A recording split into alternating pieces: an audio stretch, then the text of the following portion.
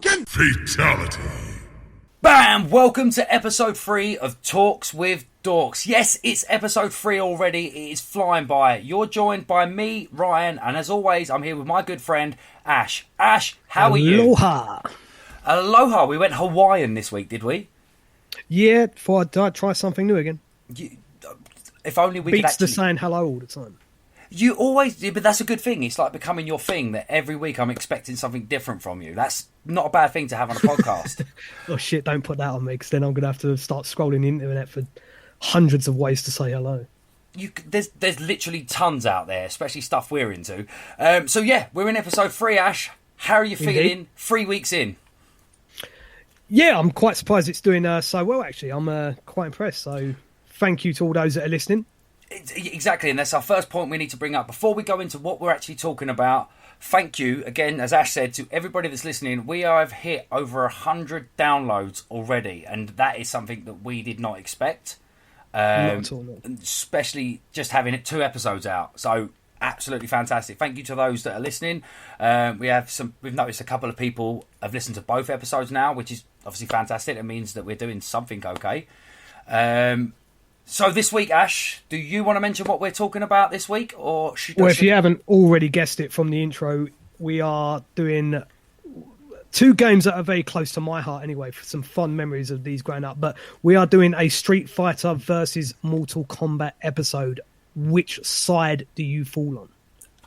Exactly. And the good thing about this episode is that we haven't got to worry about spoilers. I'm pretty sure everybody's listening to the sort of podcast we do have played these games in the past already. So we're okay for no spoilers. Yeah, I think, these are the games that I think everyone has heard of. Even if you're not a fan of Street Fighter or Mortal Kombat, you have heard of them in some way, shape or form. They went back, and we're going to do a bit of a timeline on this and how we're going to... Yeah, we'll kind of go in chronological order. Yeah. As best as we know of when they kind of all came out. And we're going to go from everything from games, movies, TV shows, anything that we can think of that's tied in with Street Fighter and Mortal Kombat. And I mean, this goes back a long way. Like, the first game came out in 1987. We I were was literally 3 years old when the first game came out. You were 2, weren't you? You were I was born in 85. Well, yeah, I was 2. Okay, I was 1.5 because I'm just slightly younger than you and obviously better looking. Just so you know. Okay, thanks for that. So that's put you off, isn't it? he was a better looking 2-year-old. Good on you. But yeah, so like 1987, the first Street Fighter came out. Now, I'm not going to lie, I had no idea. Well, obviously there was a first Street Fighter, but I'd never really heard of it, never played it. It was way before my time. Obviously, I was 2 then, so... I remember playing Street Fighter 1 in arcades, but obviously not in 1987. It would have probably been an old game. Yeah, yeah, like I played it just thing. because it was nostalgic, and at that point I knew what Street Fighter was. It's the same with Mortal Kombat as well. Obviously, we're not at Mortal Kombat 1 yet, but I didn't play that game till later on. So yeah, well, like the first game, it was like the earliest game I can remember playing that was a fighter was on the Commodore 64, and it was called like International Karate, and it was a very different game. Like, literally, it was pretty much like you had the same kind of characters like a Street Fighter has. You had a small pixelated little man in a white gi and a small pixelated man in a red gi, but the whole idea of that game was literally you come together with your little control pad, like do do as the old like Commodore games would do, and the whole idea of the game was just to land one strike on your opponent.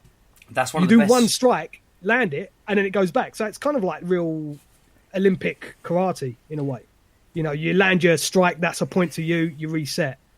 And that's the earliest game I can remember playing as a fighter. But then they had Street Fighter in 1987, which, changed. as far as I was aware, you could only have one character. You could only play one character, which was Ryu. And you had like, I think like 10 rounds or something against like the computer. And Ken was in it as well, but he was the 2-player. So the only way you could play Ken was to have a friend playing as the second player as Ken.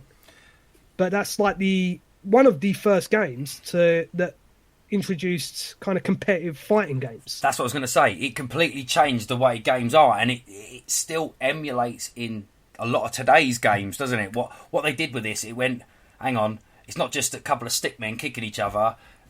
At that time, it was revolutionary to see two characters kicking fuck out of someone else. It was like, it was an arcade game, so it brought two people into an arcade to fight each other in a competitive kind of environment. But obviously, like I was saying, I don't know too much about Street Fighter, the first one.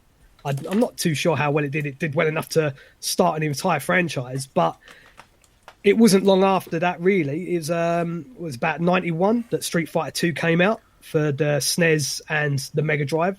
Which I had Street Fighter 2. Did you have Street Fighter 2? Right, so this is the thing. With Street Fighter 2, I remember going to a friend's house. I never had Street Fighter 2, but I remember going to a friend's house and playing it and thought it was fucking phenomenal. That was one of those games there after school. You'd be like, I'm going around to his house and we're going to go play. Oh, Dad, can I go to his house? And you go around to your mate's house and you'd both bust out, Street Fighter, and you'd just be playing that. And that was the first game that kind of gave you fighting characters that had their own movesets. We hadn't really seen anything like that before. This was like a totally new thing. Like we grew up on Mario and Sonic and stuff like that, and all those kind of old games. I grew up on like a lot of Atari and Commodore games as well. So to have a game like Street Fighter, something that you can come together with your mates and play in such a competitive environment, was something else. This is the one I remember because, like you say, it was that selection of characters. It was so colourful for what you were. You could see every character and you knew which one. You instantly. I mean, we're going to go into this in a second. Yeah. You know who your favourite was and who your go-to guy was. And everyone had their favourite character. It's so different now. It's all over headsets and the ragers and the angry people shouting at each other across there. This is like if you wanted to be Blanca and your mate wanted to be Blanca at the same time, you were sat next to each other. That guy's getting a thump in the arm if he thinks he's getting Blanca over me. Yeah, but you could choose the same character in Street Fighter 2, though, didn't you? Like that's Street Fighter. Yeah, but nobody wanted to be Grey Blanca. Like Blanca versus Blanca. Nobody wanted to be Grey Blanca. Nobody wanted to be Grey Blanca. It was all about Green Blanca. That was Blanca. There was no. Do you remember that as well? Yeah, they'd all have their little colour schemes, wouldn't they? So if obviously the second player chose them, it'd change the colour of them. Okay, so obviously I'm giving this as a massive clue that obviously my favourite character back in the day then when I played that was Blanca. Who was yours in Street Fighter 2? Oh, mine's always been Ryu from day one. I'm a big Ryu character fan, and I think every single one of my mates used to play Ken. Like Ken was the cooler version of Ryu. He was like, oh, there's the cool guy. But I think in a world there was of a reason Kens, behind that. Ash. Right. It wasn't just because your mates were like, I'll be Ken. It's because like nobody was allowed Ryu. You forget that I was 7. We were 7 when we started hanging out with each other. We played Street Fighter. We played Mortal Kombat together. I wasn't allowed to be Ryu. I was happily Blanca anyway, but there was no choice. You'd hit me. I would not hit you. It's absolutely anyone that wants to play with Ryu can play with Ryu, and out of all of my mates, I'd probably end up wiping the floor with them as Ryu. All right, you didn't hit me. It's all right. You didn't. All right. But then, obviously, not long after that, Midway came back with their own fighting game in like '92. They wanted something to compete with the success of Street Fighter 2 and how well that was doing. What were Midway doing at the time? Like, what other games? Do you know what other games they were doing then? Like Midway? Midway? Yeah. Not a clue. This was like '92. I was probably like 7 years old. Unless I looked it up now, I wouldn't know. So this was their first mold. Obviously, between the pair of us, neither of us wouldn't think Midway without thinking Mortal Kombat. So this is their big first game that came out, and I've literally got Mega Drive copy or Genesis for those in America, just in case we're doing okay. I've got Mortal Kombat 1 in front of me for the Mega Drive. Like again, I didn't have this as a kid, but I saw it. I think it was in Romford. I think I went in and it was there for like £8, and I was I cannot pass up on that. It's Mortal Kombat 1. I remember playing that in the arcade. That was another one. 92 didn't have Mortal Kombat. I remember some friends had it. I think they had it on the Sega Master System or something, it was either the Master System or it might have been the Mega Drive. I can't remember, but I remember they used to have it, and I'd go around there and I'd play that one. But that kind of changed obviously gaming quite a lot as well, because that had a massive controversy with it, didn't it? Because it's like all the blood, the guts, the fatality.